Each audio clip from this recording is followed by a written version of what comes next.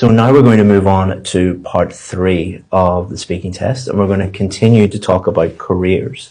What factors do you think are important when choosing a career? I think it's really, really important that we are interested in what we're doing. And because if you're not interested, then there's absolutely no chance that you're going to be able to have longevity in that career.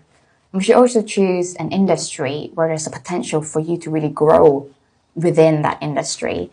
Because as we're moving now into the future of work, technology is very quickly replacing people. Especially with artificial intelligence, it's threatening a lot of jobs like writing and recruiting and connecting, with people. So we need to look at how, the industry that you're going into has got the potential to go beyond that, technological capacity. What can you bring as a human, that no technology or anyone could replace you, if you were to go into it.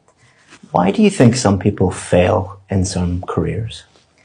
I think one of the main drivers, for people is money. And when you do anything solely because of money, then it will never work. And the reason people fail, I think, the biggest reason is because they have failed to align their identity with their work. Because we spend a third of our lives, in work. So a very big proportion of it, needs to feel fulfilled, and it can only be fulfilled if you understand, what you like authentically inside, and then, go into a career.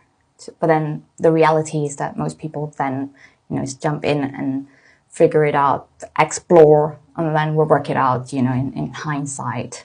I guess that's what life's about. Now let's talk about working from home. In the future, do you think most people will work from home? I think it definitely seems that way anyway. After the pandemic, hybrid working is becoming more common, and a lot of organizations are offering fully remote working now, which a lot of people like. But there are also people who like human interactions, who like connections, people who live by themselves or, just need some accountability. So being amongst people could be a good thing. But I think if technology were to replace, a lot of the work, then people would actually eventually do more remote work. And finally, what are the disadvantages of working from home? Well, I guess it's the disconnection, from people, but also not getting accountability for your work. Because I think working from home requires us to have a sense of agency, and some level of organization.